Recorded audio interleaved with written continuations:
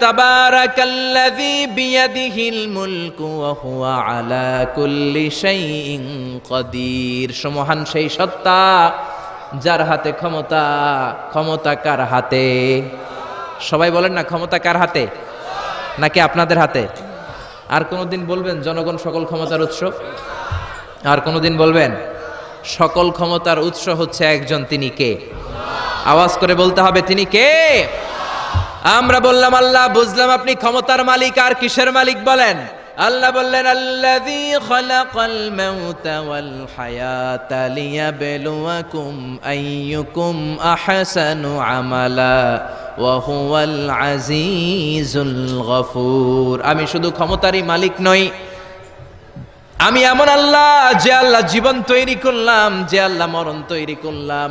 আমি জীবনেরও মালিক, মরণেরও মালিক। আমাদেরকে জীবন দিয়েছে কে? মরণ দিয়েছে কে? খালাকাল মাউতা ওয়াল হায়াতা লিয়াবলুয়াকুম আইয়ুকুম আহসানু আমালা। তোমরা কে কেমন আমল করো এটা দেখার জন্য আমি জীবন বানালাম, মরণ বানালাম। আর জীবন মরণের মাঝখানে তৈরি করলাম রূহ। রূহ তৈরি করলাম। কি তৈরি করলাম? রূহ মানুষ তৈরি করতে পারে না, রূহ তৈরি করতে পারে একজন, তিনি কে? মানুষ কম্পিউটার তৈরি করতে পারে, প্লেন বানাতে পারে, রকেট বানাতে পারে, রোবট বানাতে পারে, সুফিয়া খালারে বানাতে পারে, কিন্তু রূহ বানাতে পারে না।